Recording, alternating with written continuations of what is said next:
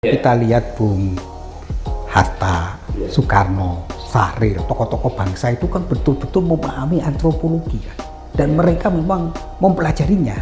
Tetapi setelah generasi Orde Baru dengan mekanisme pembangunanisme itu kok hilang ya? Para pemimpin kita itu betul-betul belajar dari apa yang ada di dalam bumi pertiwi, nilai itu. Mereka punya pengetahuan dari luar, tetapi itu hanya dijadikan sebagai pengetahuan pembanding, comparative knowledge buat mereka. Gitu. Kalau mengapa kok kita tidak mau ya, artinya ada politik wila, bahwa kebudayaan harus menjadi puncak-puncak dari sebuah proses pembangunan bangsa.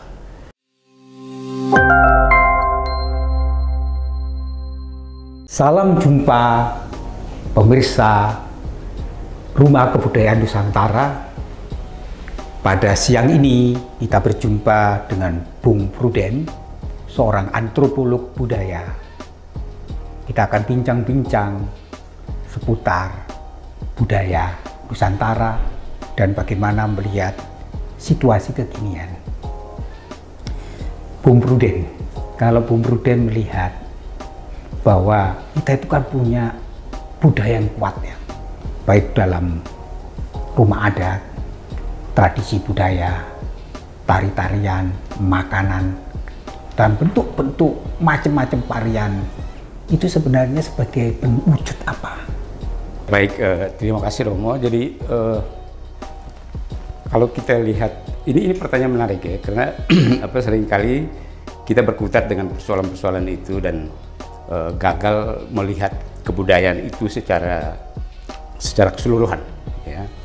Jadi ada persoalan yang sebetulnya sangat mendasar yang sedang terjadi. Saya pikir juga itu seringkali disampaikan oleh beberapa kalangan. Kita seringkali berhenti atau mempersoalkan hal-hal yang sebetulnya hanya bagian luar dari kebudayaan itu sendiri.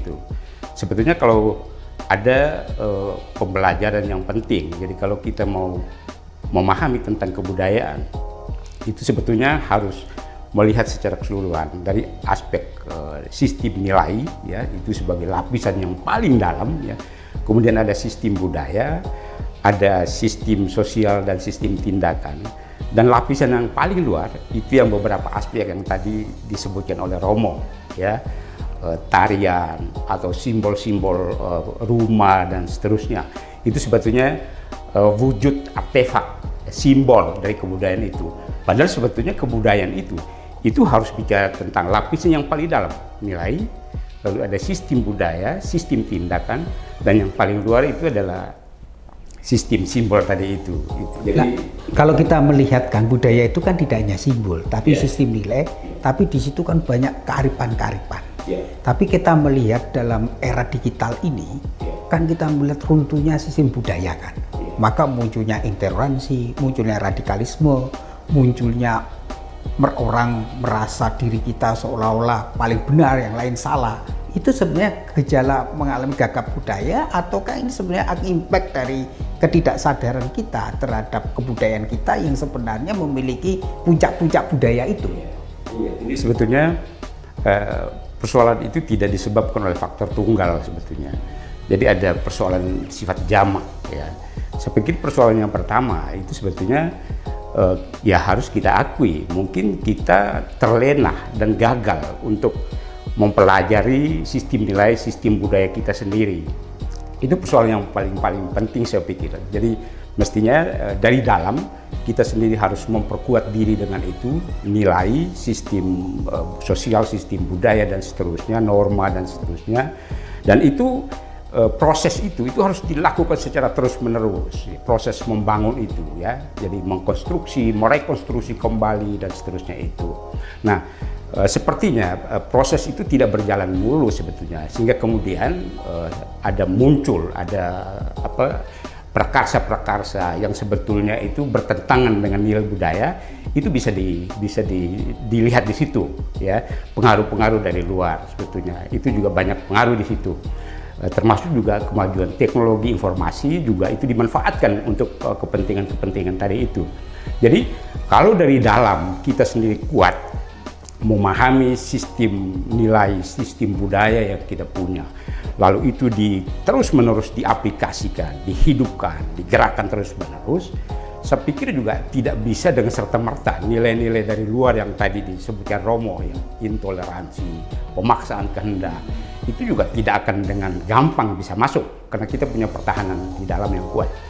Jadi saya pikir kalau di dalam antropologi maupun di sosiologi kita belajar tentang pentingnya proses asimilasi dan akulturasi. Ya, asimilasi itu adalah bagian dari proses belajar di dalam kebudayaan kita sendiri dan itu harus jalan. Kita nggak bisa berhenti gitu ya. Jadi semua yang tadi saya sebutkan, nilai sistem budaya sampai dengan sistem simbol, itu adalah hal-hal yang hidup, harus digerakkan dari waktu ke waktu. Nah, menurut pengamatan Bung ya, apakah kita mengalami keterasingan dengan sistem budaya kita?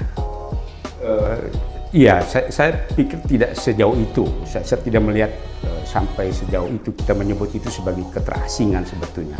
Tapi ada kelengahan kita, ada kelalaian kita untuk mengabaikan itu. Ya, mekanisme-mekanisme untuk mempelajari sistem nilai, sistem budaya itu kurang digerakkan sedemikian rupa gitu ya. Jadi kita belajar, tapi itu lebih banyak melihat itu hanya sebagai knowledge, sebagai pengetahuan. Padahal seharusnya tidak demikian ya. Belajar sistem nilai, sistem budaya itu juga harus digunakan, dijalankan dari hari ke hari gitu. Karena itu sesuatu yang hidup gitu. Abang ingin mengatakan bahwa sistem nilai itu harusnya menjadi habitualisasi. Ya, itu harus karena eksistensi kita ini ya sampai dengan sekarang kita masih bisa bertahan sebagai sebuah negara bangsa. Karena ada benih-benih itu, ada nilai-nilai yang bersifat ideologis yang sebetulnya tumbuh kembang di dalam itu. Sekarang kita mengalami fenomena gejala saat ini, itu sebetulnya akibat dari itu tadi. Ada kelalaian kita untuk mempelajari itu dan menghidupkan itu terus-menerus. Lalu mekanisme-mekanisme pembelajaran kita itu juga mengalami pengaruh sekedar formalitas dan seterusnya itu. Tapi kesalahan ini sebenarnya hanya semata-mata karena ketidaktahuan pengambil kebijakan atau memang pengambil kebijakan abai terhadap ilmu-ilmu antropologi? Saya pikir ini menarik ya, saya pikir menarik. Jadi sebetulnya secara akademik ya, saya pikir bukan hanya klaim antropologi salah satu, tapi kita punya ilmu sosiologi ya. Kita juga punya ilmu sejarah yang juga secara tidak langsung belajar tentang itu ya. Lalu sekarang ada PKN dan semacamnya. Itu ada ya, tetapi kita seperti ada kehilangan, ada kehilangan pada mekanisme pembelajaran. Belajar tentang kebudayaan dan seterusnya itu kan harus menggunakan pendekatan induktif sebetulnya ya. Kita melihat seolah-olah ya, ini menurut saya itu catatan yang paling serius. Kita seolah-olah melihat bahwa nilai sistem sosial dan segala macam itu adalah sesuatu yang direduksi ya, yang datang dari luar. Padahal ya kalau kita lihat sejarah bangsa kita sampai kita menjadi sebuah negara bangsa, itu karena ada benih-benih nilai itu dikonstruksi dari dalam. Jadi itu saya pikir itu serius ya persoalan itu. Jadi termasuk tadi Romo sebut pengabaian terhadap mekanisme formal untuk pembelajaran nilai-nilai penting itu. Saat ini misalnya belajar antropologi itu bukan menjadi mata pelajaran dan mata kuliah wajib di tingkat SMA dan perguruan tinggi. Padahal sebagai negara berbineka tunggal ika yang heterogen, itu pembelajaran yang dilaksanakan melalui perkuliahan itu kalau formal dan informal itu sangat penting. Nah, ini kan membedakan ya Bung ya. Kalau kita lihat Bung Hatta, Soekarno, Sahrir, tokoh-tokoh bangsa itu kan betul-betul memahami antropologi dan mereka memang mempelajarinya. Tetapi setelah generasi Orde Baru dengan mekanisme pembangunanisme itu kok hilang ya sentuhan-sentuhan ilmu-ilmu sosial itu. Karena apa? Karena hanya ingin mekanisme semuanya itu karena hanya orientasi pada pertumbuhan ekonomi. Iya, saya pikir saya kebetulan mengajar Pancasila, juga mengajar pendidikan kewarganegaraan, mengajar antropologi gitu. Kalau ketika kita belajar sejarah proses belajar Pancasila ya, kita lihat itu bagaimana tokoh-tokoh yang tadi Romo sebutkan itu mendapatkan kesempatan luar biasa ya. Mereka betul-betul belajar dari budaya bangsa ini.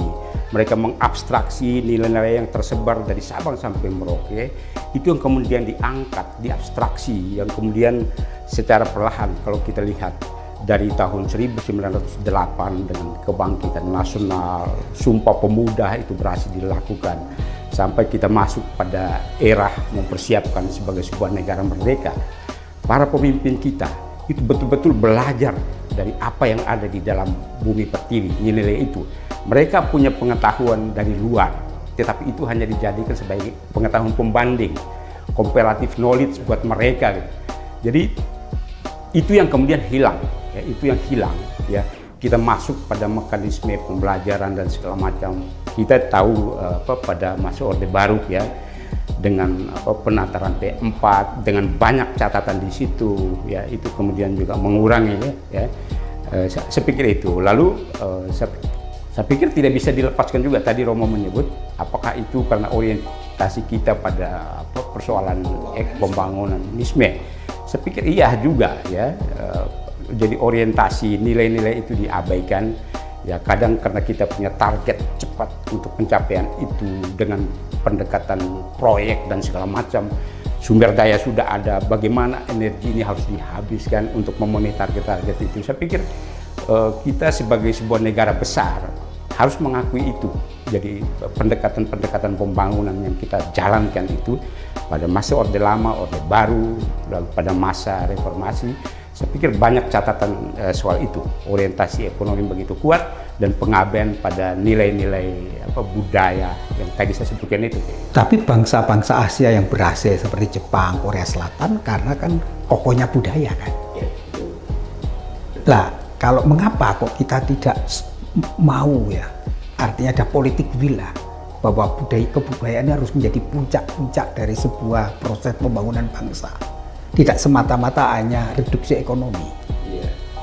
Saya pikir yang Romo sampaikan itu terrefleksi ya, ketika ada gagasan untuk melahirkan undang-undang kebudayaan yang sebetulnya itu menurut cara pandang kawan-kawan di antropologi juga sosiologi atau yang menggeluti kebudayaan.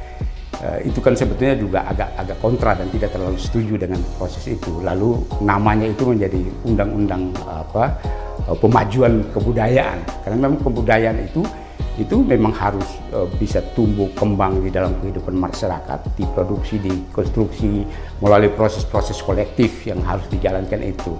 Saya pikir kalau tadi Romo menyinggung soal Jepang dan segala macam itu, memang mereka maju, tapi tetap memperhatikan persoalan nilai-nilai dasar dari dalam bangsa itu tetap dipelihara, sehingga mereka berhasil itu.